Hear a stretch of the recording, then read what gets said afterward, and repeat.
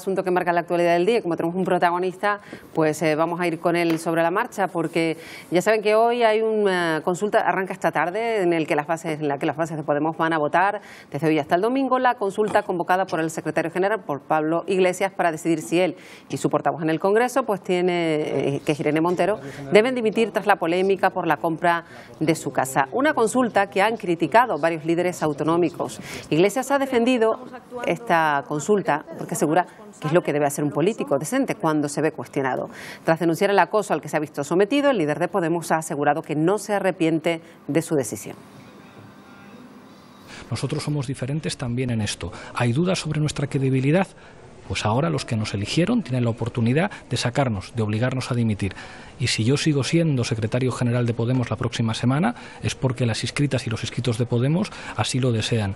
Y creo que sería bueno que todos los responsables políticos en este país actuaran de la misma manera. Pues vamos a hablar de este asunto esta mañana con Alberto Rodríguez, que es diputado de Podemos en el Congreso y que tiene mucho que hacer en un día en el que están hablando de presupuestos y al que agradecemos mucho que nos atienda esta mañana. Señor Rodríguez, buenos días. Hola, buenos días, ¿qué tal? Queríamos saber sobre todo su opinión al respecto de este asunto que puede dividir a su formación a partir del día de hoy hasta el domingo. Bueno, yo si tuviera que definirlo esto en pocas palabras, como me siento, yo creo que estoy orgulloso por un lado y muy preocupado por otro, ¿no? Estoy orgulloso por un lado de que las bases, de que cientos de miles de personas puedan opinar sobre un tema que desgraciadamente se ha convertido en el tema de debate en el país, como si no estuviera pasando otra cosa, y que si se ha puesto en duda la credibilidad de determinados de nuestros líderes para ocupar las posiciones que ocupan, pues que la gente pueda opinar en libertad. A mí me encanta esto de nuestra organización. Me encantó opinar en consultas en el pasado y me encantaría también que otras fuerzas políticas lo hicieran. Eso por la parte que comento del orgullo, ¿no? Que me siento orgulloso de esta situación.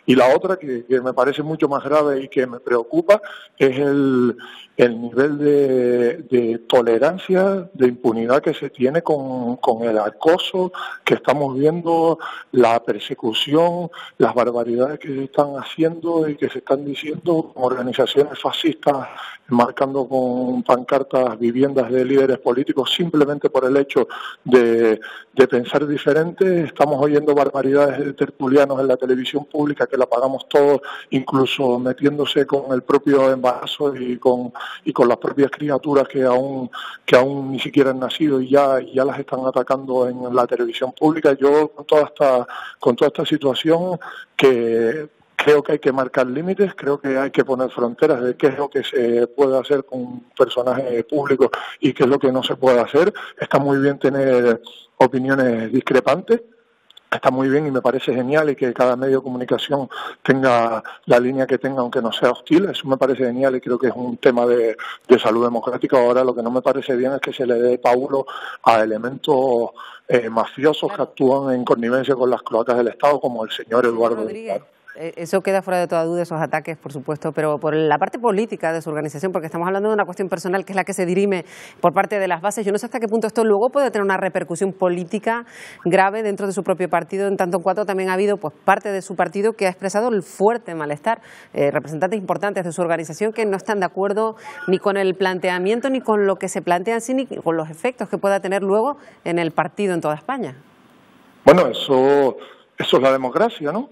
Eso es lo bonito de la democracia. Lo malo sería que no pudieran opinar, lo malo sería que no pudieran decidir qué es lo que pasa en el futuro con la organización y con sus dirigentes. Ahora tenemos una consulta ciudadana, repito, que en la que están convocadas cientos de miles de personas, pueden votar cientos de miles de personas, entre ellos incluidos los dirigentes o las personas de la organización que no les guste, van a tener la posibilidad de opinar, van a tener la posibilidad de decir no, de decir sí, de abstenerse. Yo creo que esta herramienta democrática, entre otras muchas cosas, es lo que nos hace diferentes y yo agradezco tener la posibilidad de expresarnos democráticamente. Creo que te digo, para mí y creo que para muchísima gente es una buena noticia y es una muestra de hacer la política de manera diferente.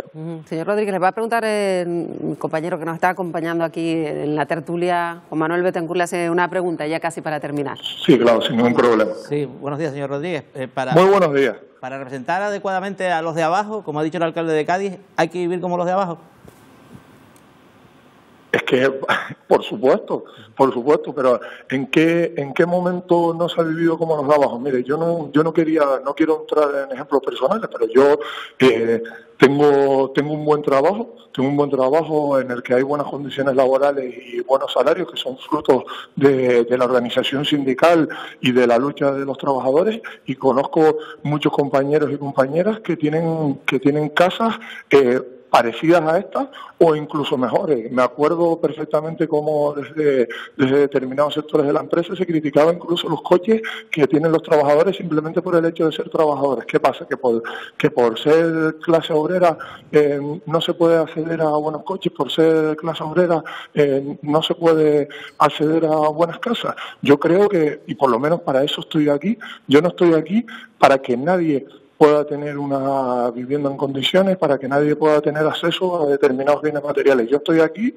precisamente para lo contrario, para que todo el mundo pueda acceder, si quiere, a condiciones materiales decentes. Y soy perfectamente consciente que ahora mismo en este país hay millones de personas que ni pueden soñar con acceder a determinadas condiciones materiales de vida, como son viviendas, transporte, etcétera. Soy perfectamente consciente y precisamente por ese motivo es por el que estoy metido en política, para que todo el mundo, si quiere, pueda. Bueno, señor Rodríguez, entendemos, por tanto, que usted apoyará la continuidad de su secretario general y también de la portavoz en el Congreso, Irene Montero, por lo que ha dicho y por lo que hemos expresado, ¿verdad? Sí, sin duda. Yo creo que nosotros llevamos haciendo un trabajo serio y riguroso y coherente con lo que prometimos en las elecciones, con nuestro programa electoral. Creo que día a día lo estamos cumpliendo. Llevamos ya 2 añitos y pico aquí haciendo un muy buen trabajo, que desgraciadamente mucho de él no se ha visto plasmado en el BOE porque hay un bloqueo sistemático de Partido Popular y Ciudadanos, pero bueno, ya hasta el Constitucional está opinando eso, pero estoy muy orgulloso y yo voy por la calle con la cabeza bien alta con el trabajo que estamos haciendo y creo que no le hemos defraudado a nadie, que estamos cumpliendo con nuestro programa electoral y por lo tanto voy a querer que las personas que dirigen y que dan la cara y la vida, porque yo sé perfectamente el coste que tiene ser una cara conocida en estos 2 años, lo he aprendido pues por la vía, digamos, por la vía dura, sé perfectamente el coste que eso supone y por supuesto que las voy a apoyar para que sigan dirigiendo la organización. Le agradecemos muchísimo que nos haya acompañado esta mañana. Gracias, un día con tanto trabajo, que nos haya atendido. Gracias a usted, es un placer estar en la pública siempre. Bueno, pues lo que nos ha comentado el diputado Alberto Rodríguez. Rápidamente, a ver si nos da tiempo que hablamos. Pues me asombra porque es quitarle el plano de cuál es el problema fundamental. Primero, sobre la consulta que hacen a las bases la dirección de Podemos. En todo caso, las bases legitimarán al secretario general, que no significa que no legitimen. Es un plebiscito, pero que no es un referéndum. No hay una campaña del sí y una campaña del no, como cualquier referéndum. No significa que la sociedad lo legitime, en todo caso. Es decir, el problema un plebiscito interno, no tiene más. Eso sería igual. Segunda cuestión, me llama mucho la atención que en la misma pregunta vayan 2 personas al mismo tiempo. Una cosa sería preguntar por el secretario general y otra cosa sería preguntar por la portavoz o portavoza parlamentaria. Pero poner a los 2 en la misma pregunta y decir... Es teñirlo de personal todo, efectivamente. Entonces, aquí no se quiere entender que la fundación de Podemos está basada en un discurso sobre la epidermis, sobre el sufrimiento, sobre la semejanza, sobre la igualdad de los de arriba, de los de abajo y la casta. Entonces, ese ha sido el discurso de Podemos y ahora, en un momento determinado, pues a lo mejor llegan a la modernidad y ese discurso no sirve, pero tienen que decir que no sirve y buscar un nuevo corpus ideológico que todavía donde no están. Y lo que ha sucedido es un hecho contradictorio al discurso de Podemos totalmente. Eso es. Aunque ahora dicen que no, como hemos escuchado. No olvidemos que cuando se atacó internamente a Íñigo Rejón, se dijo que vestía como los de la casta. Sí. Porque se ponían unas americanas así, no tan elegantes como las de Fraguela y tal, pero así me estás diciendo que la casta soy yo. Con mucho pero con lo cual al final la cuestión formal, la cuestión gestual pues como dice Fraguela, tiene su relevancia, por lo menos en el discurso primigenio de Podemos. Claro. Y lo previsible es que los afiliados o los simpatizantes bases, apoyen a los líderes. Hay que ver también la legitimidad del proceso. Pero hay muchos dirigentes intermedios cuestionando este tema. Primero, cuestionando la conveniencia de esa consulta. El alcalde de Cádiz, como le decía Irene Montero, el varón municipal, cuestionando que eso no puede ser de esta manera, es decir, portavoces de Galicia, portavoces de Navarra, hay mucha gente de esas bases muy decepcionada también. El jefe de la corriente anticapitalista y todos sus miembros. El alcalde de Cádiz ha dado una lección de coherencia. Yo quiero vivir con el mismo salario que tenía de profesor, quiero vivir en el mismo barrio, claro, decir, y me siento privilegiado, una frase muy acertada, la de Kichi González, me siento privilegiado de vivir en este barrio. De todas maneras, yo les pregunto, si ellos, en vez de haberse decidido por este modelo de vivienda, que pues consta de una piscina y un espacio mayor, hubieran escogido un piso en Madrid exactamente del mismo precio, porque más barato no se lo van a encontrar. Sí, está claro. Sí. ¿Habría pasado lo mismo o es el concepto chalet? Vamos a ver, mejor es vivir en el campo y con la mayor tranquilidad posible. Eso no se está cuestionando. Están argumentando su falta de seguridad. En el ámbito privado no tenemos que perder un solo segundo. El problema es la gran contradicción entre el discurso creado hasta la fecha y el que no se compadece con la actuación de sus principales dirigentes. Y esa es la clave del problema. En el ámbito privado me parece muy bien lo que están haciendo. Nada que objetar. Incluso hasta felicitarlo por ese buen gusto. Ahora bien, el discurso de Podemos no era exactamente este, es decir, salvo que todos, o yo al menos, esté equivocado en mi comprensión de cómo se construyó Podemos, esta acción le va a hacer mucho daño, que esa es la clave. Estamos hablando de un problema político de primera magnitud, porque ellos han simbolizado con la vivienda y con los síntomas externos la construcción de su modelo político. Es decir, la casta, al señor de Guindos le hicieron, casi lo denunciaron porque se compró un ático del mismo precio prácticamente.